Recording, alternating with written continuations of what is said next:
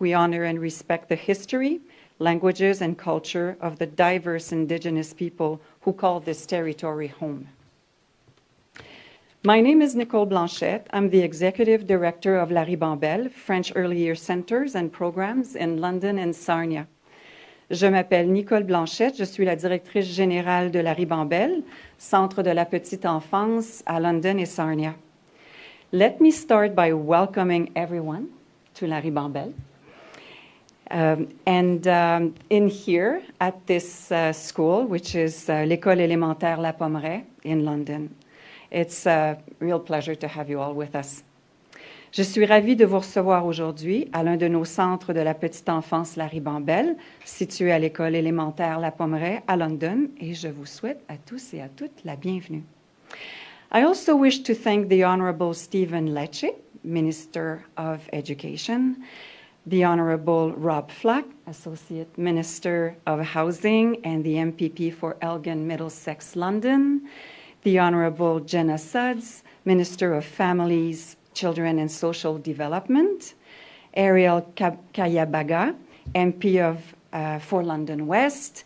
We also have Peter Fragiskatis, MP for London North Centre, and Josh, Mayor of London. Oh, I would like to acknowledge Liora Avrahami, who is the chair of our board. Ever since La Ribambelle was founded 36 years ago, we have welcomed families from all backgrounds. So we have Francophones and Francophiles, and offer children a French learning environment of quality that allows them to reach their full potential and feel a sense of belonging with the Ontario's French-speaking community. In our 9 licensed childcare, we cover the London and Sarnia regions, and they are a unique place for exploration, learning, and development.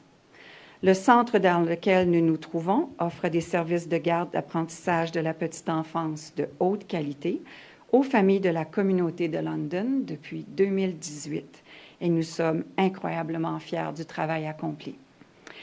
I will now invite our guests to give you more details about this announcement. It is a pleasure for me to give you the Honourable Rob Flack, MPP for Elgin, Middlesex, London. Thank you. Un grand merci.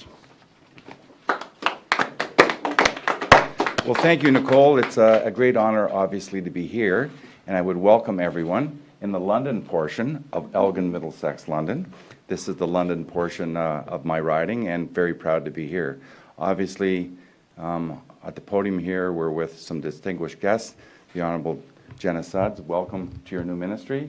Peter, Josh, Stephen, who I'll introduce in a minute, and Ariel, my colleagues, were well represented here in this region. My job is simple, not to make the announcement, to introduce the gentleman who is, and it's the Honourable Stephen Lecce.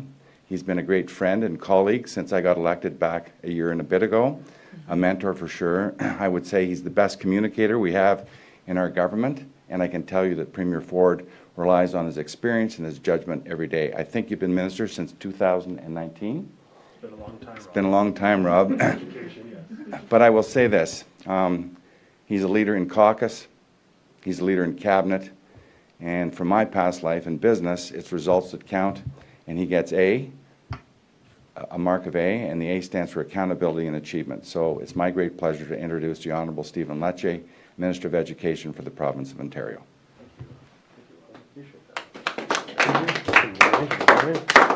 Well, thank you.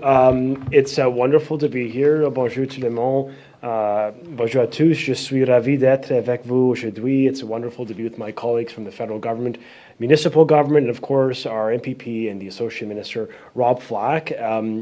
I have a great affinity to this community. I, of course, was a proud alumnus of the University of Western Ontario, president of the Student Union. My heart remains in London, and as I've expressed to Rob and the mayor many times, I want to continue to come back to make a difference in a community that has helped really help put me on a good path. And I'm very proud of my time here, and more importantly, proud to be back to support families in this community. One of the great achievements, I think, that our government, working with every level of government, was able to undertake over the past years was putting party differences aside to do the right thing when it comes to affordability. At a critical time and in our economy, when so many parents are struggling, it was the right thing to do, to work with our municipal and federal partners to bring forth a plan that will finally reduce childcare fees for generations. Since the very beginning of my time as upon our election in 2022, MPP Rob Flack, in his local capacity, has been an incredible champion to make sure that the government, the Ministry of Education, and on childcare, on both levels, were able to achieve and deliver for families in London. And so it is an honor to stand with him and stand with every level of government today as we move the yardstick forward for a more affordable and, yes, accessible childcare system, recognizing that in this community, there are tremendous needs. And I want to give special thanks to our incredible host for your leadership in London and really across southwestern Ontario. We appreciate what you do. French language education, French language childcare is so critical to the preservation of language for future generations. So we are with you, and we're proud to stand with you today in London and Middlesex. I want to just express some context of where we came from. For many, many years in the province, childcare fees were upwards of $20,000 to $25,000 per child. Some of the highest increases took place over the past decade, which made it inaccessible and unattainable to too many parents. And we saw the effects of this, where many individuals, particularly women, were being forced to make this false choice of labor market participation or raising their children. And I think we all believe fundamentally that that is an irresponsible reality in a prosperous country like Canada, that we've got to increase the amount of women working within the economy, remove the barriers, and reduce the cost to raise a child. And so today we are making an announcement that I think is very positive for families in London that underscore our commitment to access of that affordable program. And today, working with MPP Flack and all levels of government, the government is very excited to announce a $62 million investment that's going to help create 2,800 additional net new affordable childcare spaces for working families in this community by year 2026, representing a nearly 30% net increase in childcare spaces, which is so essential to our mission of making sure we can create more universal access to affordable care.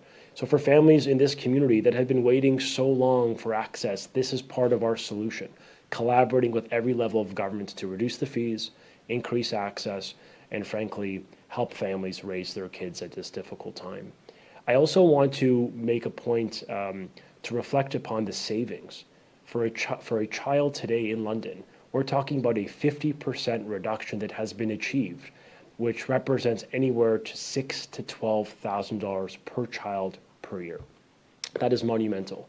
It is a great achievement that government is able to return dollars back to the people we represent. So it is positive that we're able to work together to make lives better for London families, and we're very proud, both Rob Flack and I, on behalf of the province and our Premier, to deliver on this imperative of lower fees, more spaces, and more opportunities for families to save the money that we know they deserve. So I want to thank you all levels of government, our Mayor, your MPP Rob Flack, our federal colleagues, all of us united with one mission, which is make life more affordable for the people we represent. And for London families, this is the investment, this is the space creation that you have been waiting for. And I'm looking forward to working with all the people behind me to get shovels to the ground, to get this done on time, on budget, and deliver it for the people we represent. So thank you for this incredible opportunity to speak with you today. And I now want to turn it to the new Federal Minister of Families, Children, and Social Development, Jenna Sudds. Thanks so much. Thank you. Amazing. Good afternoon, everyone. Bonjour tout le monde. It's really great to be here today, of course, with all of my esteemed colleagues that have joined us today. As Minister Lecce has already shared, MPP Flack, Mayor Morgan with us, as well as my wonderful colleagues, the Member of Parliament for London West, Ariel Kayabaga, and the Member for Parliament for London North Centre, Peter Fragisagos. Je tiens aussi à remercier chaleureusement les excellents éducateurs de la petite enfance et membres du personnel de la Palmerie de nous accueillir et pour leur travail extraordinaire. The work that you do is paramount to the success of our national childcare system.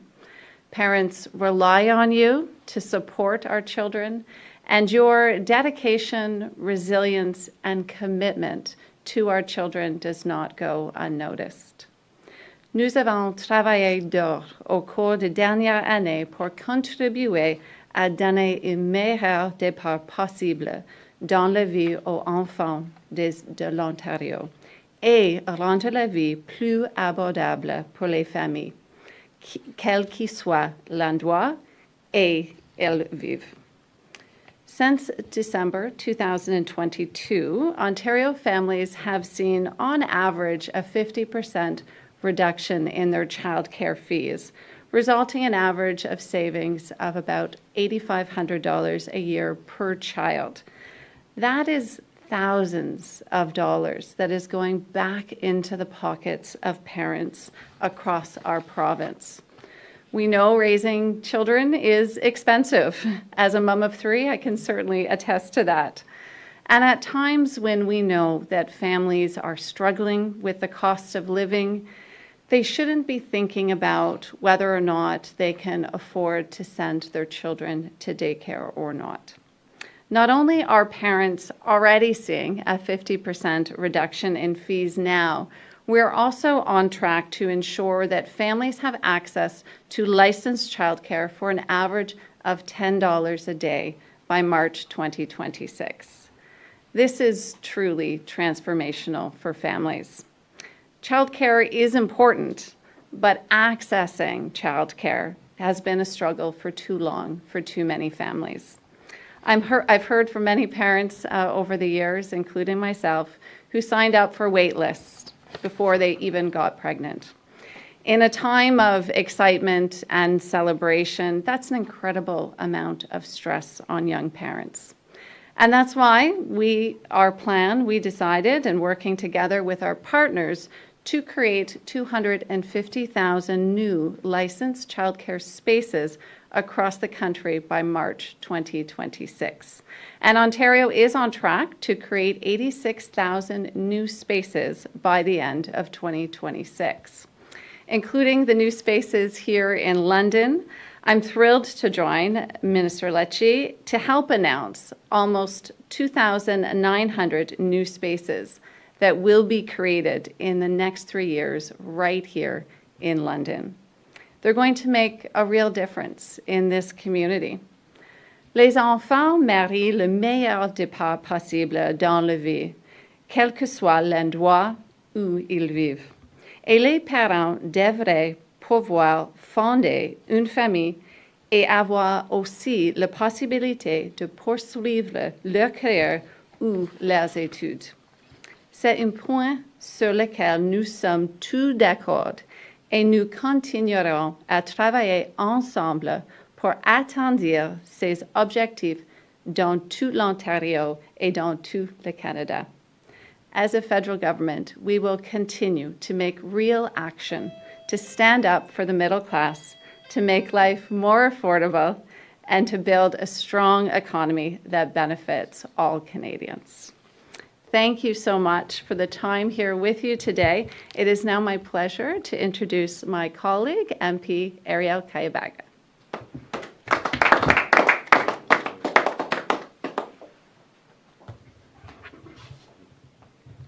Good morning, everyone. Bonjour tout le monde. It's my pleasure to welcome my amazing colleague, who is also a mom and my gym partner at the Hill, Minister Jenna Sudds. Congratulations on your new appointment, and also welcome Minister Lecce to London, back to our community. And also want to recognize that my colleague, MP Frederick is also here with us. Thank you both for taking the time to be here and bring these good news in our community. News that brings hope of a bright future that we are creating here in Ontario for all children. The Canada-wide agreement that we have signed with the Ontario government and other provinces and territories represent a substantial commitment by our federal government to invest in a childcare system that increases access to high quality, affordable, flexible, and inclusive early learning child programs and services. Ces accords qu'on a signés sont pan-canadiens et nous avons signé avec l'Ontario ainsi que d'autres provinces et territoires. Ils représentent un engagement substantiel de la part de notre gouvernement fédéral d'investir dans un système de garde d'enfants qui va améliorer les programmes et les services d'apprentissage et de garde des jeunes enfants de haute qualité, abordables, flexibles et inclusives, et aussi diverses comme celle où on est aujourd'hui. C'est un grand plaisir pour moi d'être à la Ribambelle ce matin en tant que fière francophone de London, Ontario, et de continuer à me battre pour les enfants de l'Ontario et aussi pour les francophones. We're committed to working with our provincial, territorial, and Indigenous partners to be there long term.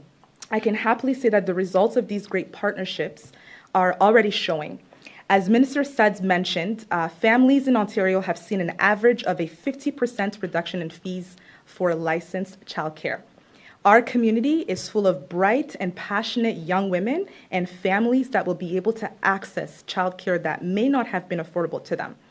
When we give families an affordable and accessible childcare opportunity, these also represent opportunities for women to pursue careers. These are feminist policies that work, and we're proud to be behind them. This feminist economic policy at work. These changes to our childcare system are a big win for families from coast to coast to coast and for here in London, Ontario. At a time where inflation is making life more expensive, cutting these fees, putting money back into people's pockets is really important. Of course, there's still a lot of work to be done, and we're not going to slow down. Embedded in all of our early learning and childcare agreements are commitments to increase the number of licensed childcare spaces and provide more support for early childhood workforce. Access to high quality, affordable, and inclusive childcare is increasing in the province of Ontario, and we hope to see so across the country as well. I want to thank the childcare workers who show up each day to care for our children, who are building the future leaders of this country, and those who are doing it right here in London. And they're working hard to get this job done here in our community. It is my pleasure to continue to represent you as your Member of Parliament for London West and continue to see more good announcements like we have today. Thank you. Merci. Miigwech. Oh, and I will now introduce my colleague, Mayor Josh Morgan, to the podium. Thank you. Thank you very much. So first off, let me say to my colleagues behind me and your respective governments, thank you for investing in the youngest, most important population we have here in the City of London, the children and the youth who need places to go, to learn, to make friends, to explore. We all got to play with Play-Doh a few minutes ago, and you know, it's always an amazing experience. I have a 2-year-old who is in childcare each and every day, and the things he learns, the friends he makes, the perspectives he brings back from those experiences, you know, add to our entire family, and it is such a wonderful opportunity for those who have it in our city. And that's really what this is about, is creating more opportunities for more families to have access to childcare that is affordable for them. When the Canada and Ontario signed their agreement to create more childcare spaces and bring the cost down, one of the first motions that I brought before City Council was to say, in an effort to say how could we help at the municipal level, was to bring a motion asking our staff to work with all of the unlicensed childcare providers who wanted to convert to the licensed regime in our city to see what we could do for those childcare providers where that was the right option for them. It's an action that we were able to take as a municipal council, but we knew that that was only some of the low-hanging fruit, that new spaces would need to be created in this community because the demand for accessible, quality, licensed childcare in this city far exceeds the supply. So this announcement of almost 2,900 new spaces in our cities is not only incredibly welcome, but is a wonderful celebration of investments in the youngest members of our community. It is, when we think about, and to the colleagues behind me, we just had a chance to play with, you know, 10 young folks playing with Play-Doh, making friends and exploring. You think about 2,900 of those little people getting the experience to have that social relationship, that learning experience, that playtime, let alone the impacts it has on their families to go and in an affordable way, contribute to the economy as Ariel talked about behind me, the ability to have people who otherwise would not participate in the economy having access to affordable childcare does that. This is an economic investment as much as it is an investment in families and youth in our community. And it is so welcome and it is celebrated, and I cannot wait for spaces to continue to open over the next little while. I expect many people to be around for many ribbon cuttings because 2,900 spaces is much needed. It's a phenomenal investment.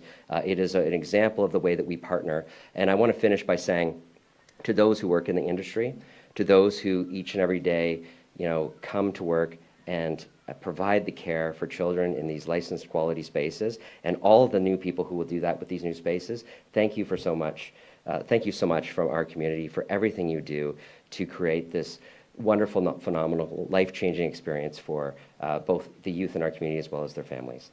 Thank you very much. Oh, and my job at the, oh yeah, sure, you don't have to clap, but my job is to say, that actually wraps it up, and we'll do some media questions, and I think someone's going to lead us through that, because I would not be the best person to do that, so we'll let you go. We'll now open up the floor to questions. Please come up to the mic and state your name and outlet. Just a reminder, it's one question, one follow-up. Thank you very much. All right, thank you. Morning, everyone. Sean Irwin from CTV here in London. My question's for you, Minister Lecce. This announcement, obviously, great news to break down the numbers for London, but back in December of last year, you announced 53,000 childcare spaces for the province. Is this in addition to that number, or is that part of this number that you're re-announcing today? So the 53,000 was the forward-going commitment to build net new space as part of our 86,000 space creation target. Today's announcement is London's component of that net new space commitment. We've never been to London to make this announcement formally to really start to get the funding flowing and therefore get the spaces created. So these nearly 2,900 spaces, 2,800 spaces are net new for London, and they're part of Ontario and Canada's agreement. This is the result of it. Okay, so not new, just added on to, included in that 53,000, Yes. You're making London numbers visible today more publicly. I understand. Yeah. All right, secondly, Minister, I'd like to ask you a little bit about the EKO results today. How are you feeling about that in regards to how students have done? We see numbers showing that 1/3 are below on reading and writing, not great scores on math. How are you feeling about that? Are there gaps that you're seeing in the system? So the EKO numbers, I think, broadly speaking, speak to a broader phenomena of stabilization of in our core fundamental areas of reading, writing, and math. In some areas, we've seen net improvement, particularly in the grade 3 and 6 assessments. In our de-streamed courses, we're the government that de-streamed math and the entire grade 9 courses, we're still seeing improvement, net improvement in math and numeracy competency. So this is a good sign, albeit it is a incremental move towards the right direction. To your point, there's a lot of work to do.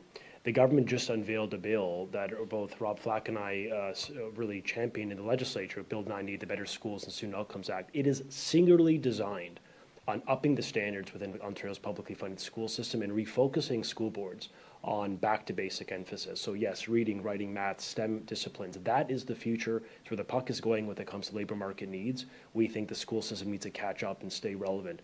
Part of Bill 98 is also making sure that our curriculum is modernized to reflect labor market needs. So we've introduced this year, for example, a new language curriculum where cursive writing is back and phonics is restored, and critical thinking skills. So we're teaching kids how to think critically, not what to think.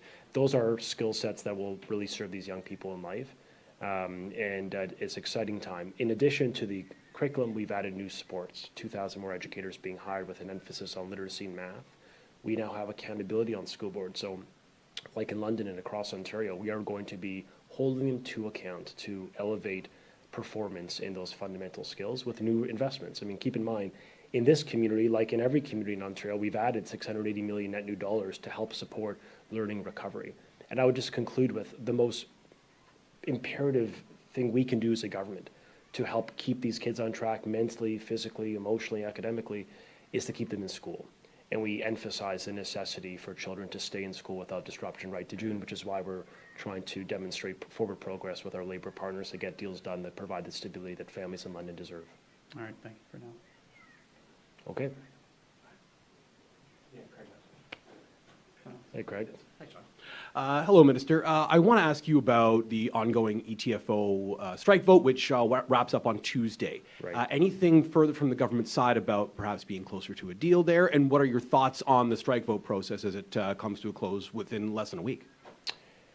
Look, I will stay out of that process. That's a decision for members. What I could simply say to everyone involved in the enterprise of supporting children, loving kids, from parents to the staff to the community, is that we should be able to come together after the most unprecedented challenge imposed on young people, literally in generations. I like to believe we can put our differences aside, frankly, as we're doing today. Different parties, different political persuasions, but we're united around a kind of affordability and access. So if we could do it today, if we could do it with OSSTF just 2 weeks ago, we could do it with ETFO.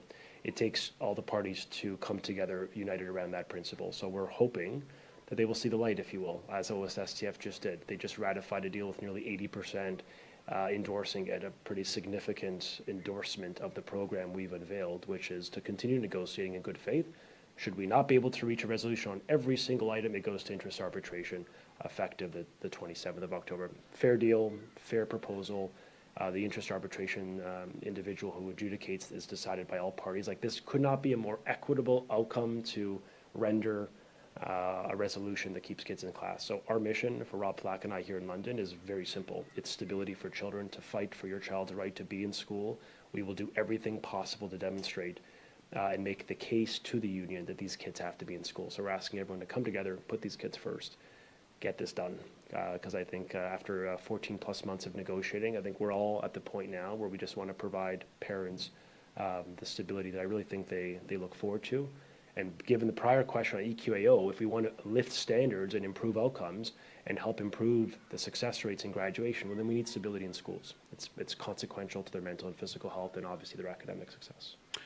So, to be clear, the offer that was made to OSSTF, which they accepted, as you said, and the 80% ratification, the very same deal has been offered to ETFO from your side? We have that same frame, if you will, with precision, has been offered to all of them, not just ETFO, but AFO and OECTA, the Catholic and French. So yes, we made that clear at the front end. We were going to, in good faith, put forth a proposal.